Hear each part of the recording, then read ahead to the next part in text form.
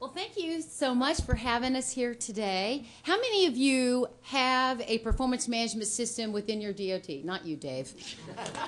You have me. That's what you have. Anybody aware that their state has a performance management system? Just a few? Okay. How many of you are familiar with the rules and actually what came out of Congress through MAP-21 with regards to performance management? Anyone? Wow. Okay. Well, then I have a fun job today. I'm just going to kind of really quickly go through the MODOT story, tell you how we got started, how we have found it to be beneficial, and really most importantly, how it has readied us for national performance measures. And then I'm going to take you very quickly through what's in the bill, what's in MAP-21 in terms of performance management and performance measures. And then we'll ask questions and see if you have questions for me, okay? All right, so first of all, let me just tell you very quickly about our story. And these things, I think, are the key. It's a journey, so it's not just a destination. You know, it has evolved over the last 8-9 years. And let me tell you the other quick story. Implementation of a performance management system is not pretty. It's kind of ugly. And it can get ugly, and then it becomes pretty, and then it becomes ugly again as it evolves and matures. So it's not all just it pops out and it's beautiful. And I think it's real important that you know that, because as Congress tries to implement MAP-21 and the performance management elements of that, it's not going to potentially be pretty initially. Last but not least, as state DOTs, we have to get ready because it's no longer optional fun. This is a mandate that we all have to do, and we all need to be responsible and accountable, because guess what? We asked for it. We absolutely went to Congress and said, we're ready. We want to be transparent and open and accountable because we do great things with the money you give us. We just don't have enough of it. So hold us accountable. So these are the three things I really want to talk about. Our journey started in 2005 with a director, Pete Ron, and he actually came on board in, and you're shaking your head, you must know Pete. Once you've met Pete, you'll know Pete. Very dynamic. And so he came on board in September of 2004, came to me one day and said, Mara, I want to have a strategic advance. And I thought, okay, because you're telling your new boss, you know, oh, sure, I'll do whatever you want. And I called everybody I knew and said, what is a strategic advance? And guess what the answer to that was? It's a, pardon me, go ahead.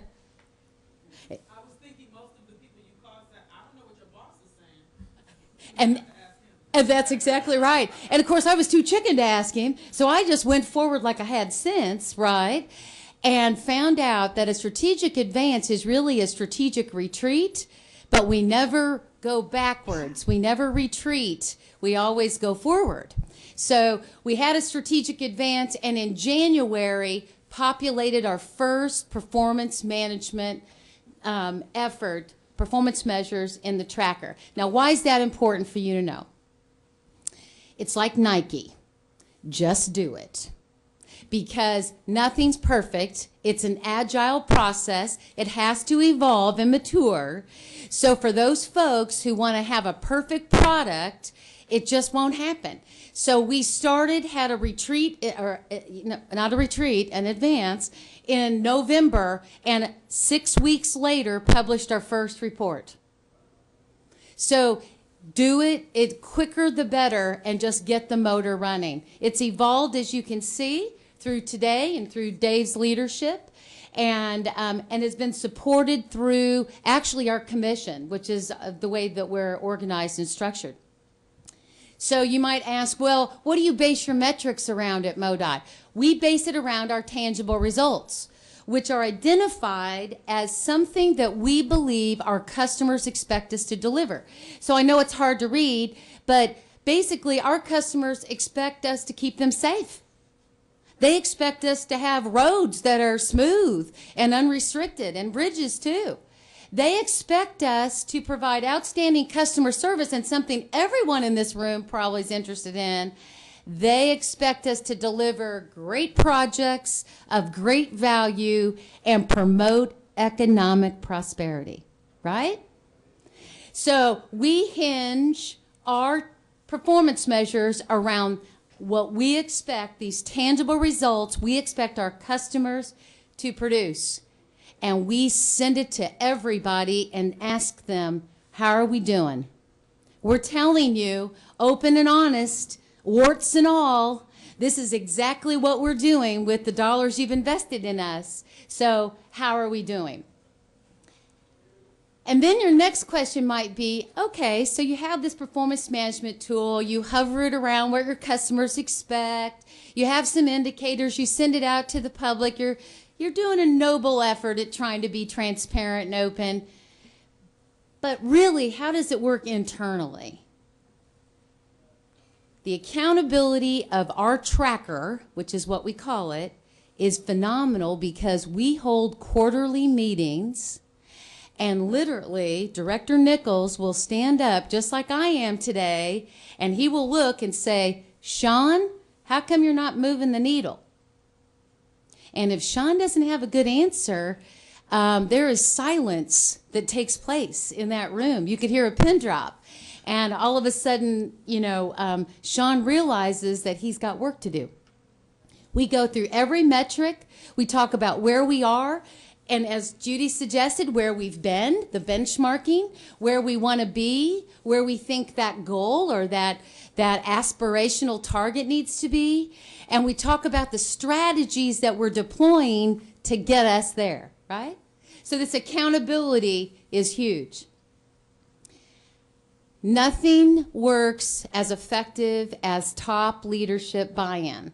It's the hugest, probably the most important thing that we've been able to accomplish in the last 8 years is because from when Pete Ron started it to today, our executive leader, our director, believes in it and holds people accountable to it.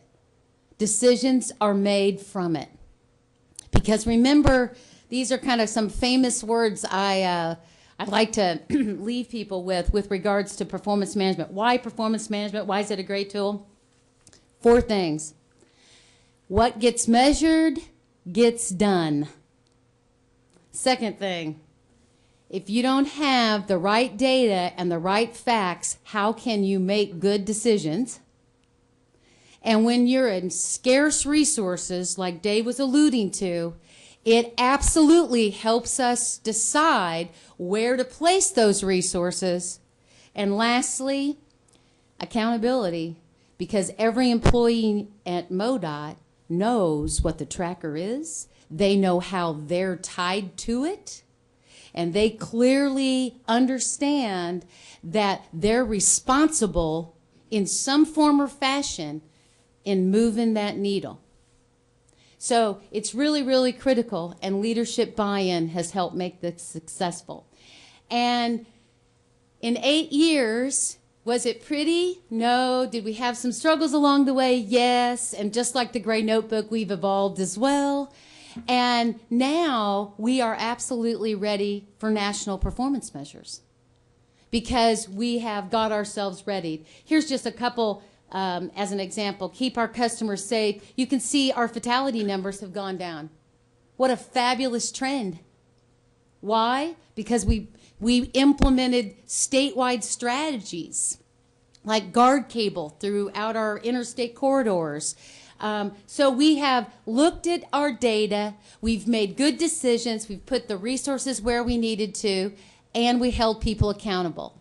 And I have to tell you, at the end of the day, I think that's exactly what Congress was trying to do with MAP-21, right? They really just want to know what's going on so they can better assess how well things are going. Dave gave a great example earlier.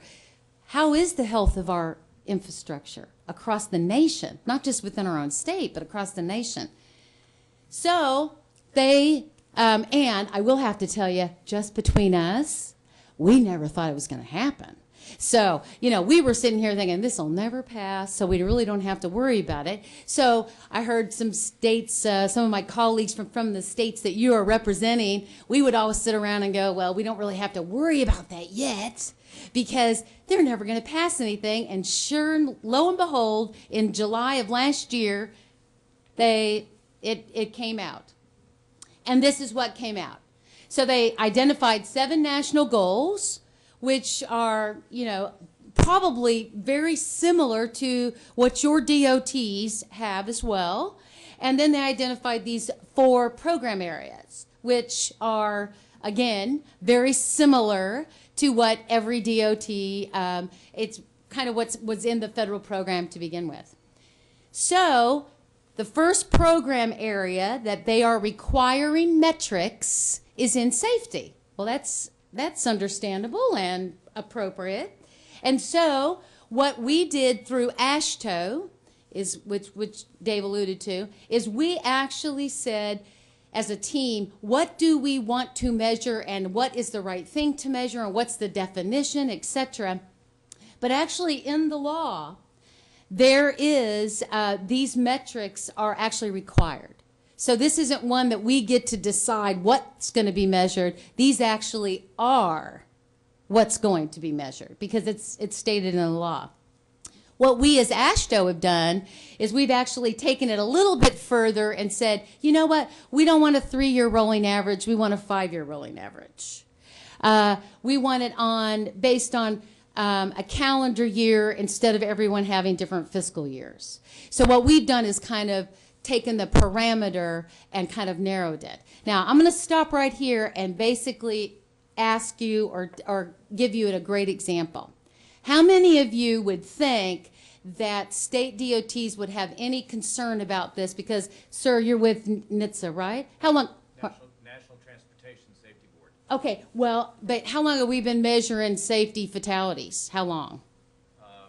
Decades. Since the beginning of time. Since the beginning of time. How hard do you think implementing this is going to be? Just this one. Should be easy, right? Easy. Nope.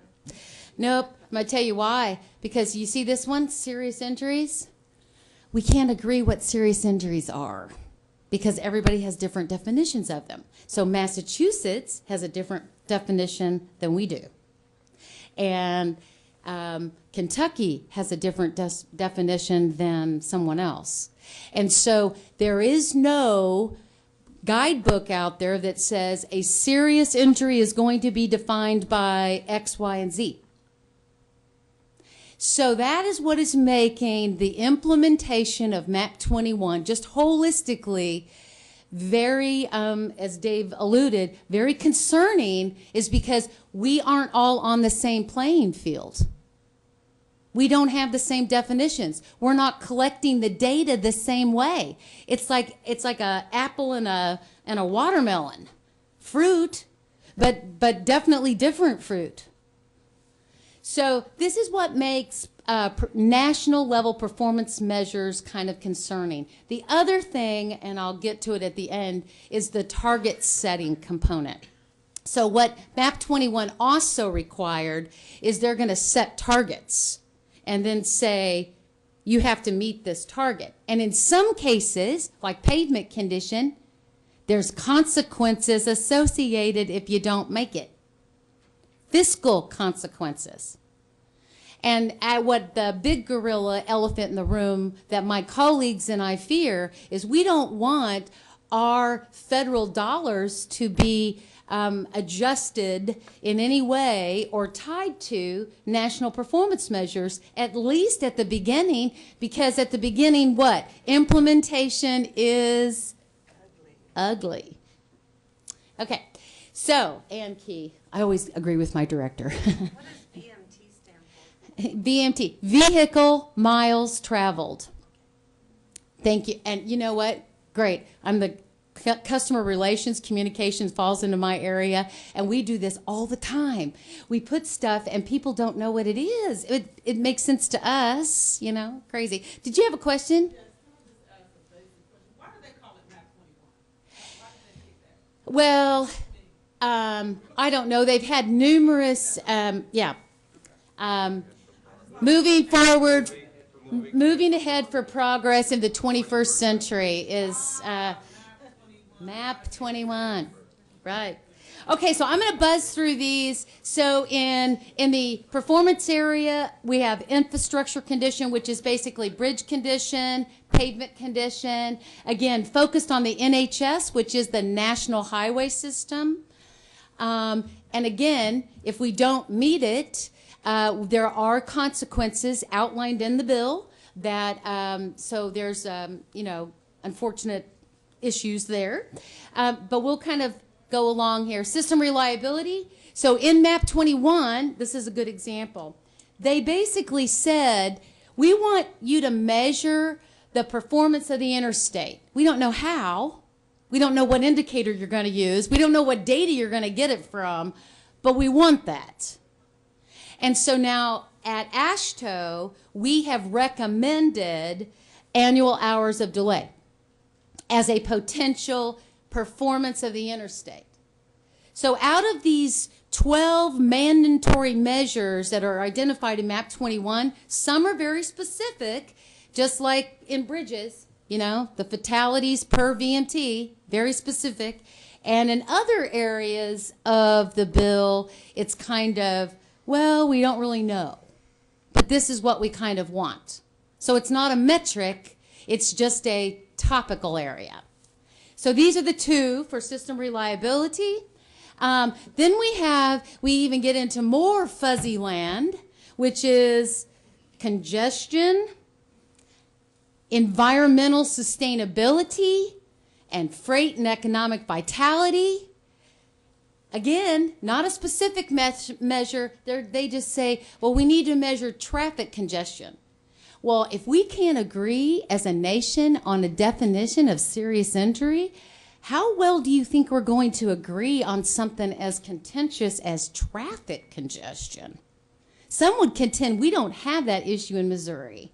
I disagree, but my colleague in Washington State in the Seattle area, she absolutely says I'm wrong. And if anybody from Texas, TTI puts out a report every year and tells us where congestion is, and has defined that. Congress doesn't necessarily like that definition. So again, here we are, halfway through the period of MAP-21.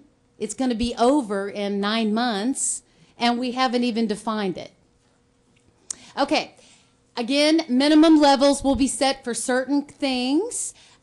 Here's something really pretty of interest, I think, for you all. State and MPOs, which is metropolitan planning organizations, will be required to set targets. So again, we have to say, well, we're going to have our pavement at this condition and our bridges at this level, etc. And here's the key word in the whole MAP-21 bill: significant progress. How would you define significant progress? I know how I define it with my sophomore in college, and obviously his definition is different than mine.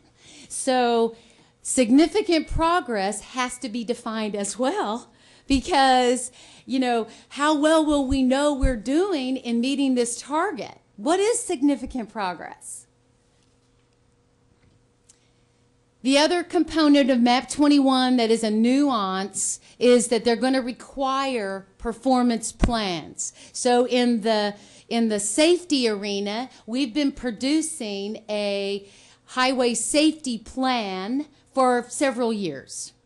They have taken that approach and basically said, well, now I not only want one for highway safety, but I also want one for risk-based asset management. And then I want one for air quality. So we will be submitting a plan of how we are going to handle our assets here in Missouri, risk-based, and that includes pavement, bridges, all of our assets, to the federal highway for them to look at and see, just like we do in safety currently. Performance reporting. Now, as a communicator, this is a huge issue for us, and I would expect needs to be a huge issue on your radars as well. Because part of the bill says that within 4 years of enactment, and remember, we're already a year and a half into it.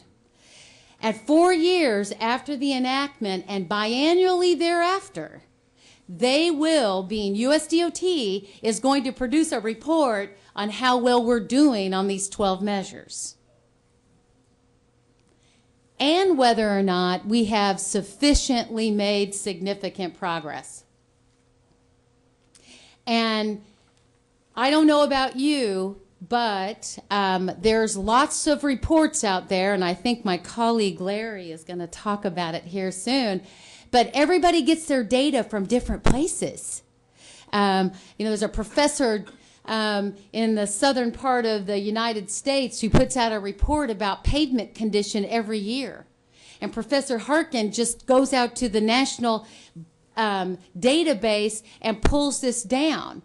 But little does the professor know that that database isn't quite accurate, because the way we calculate our pavement condition is different in Mississippi, is different than Tennessee, and is different than Washington State.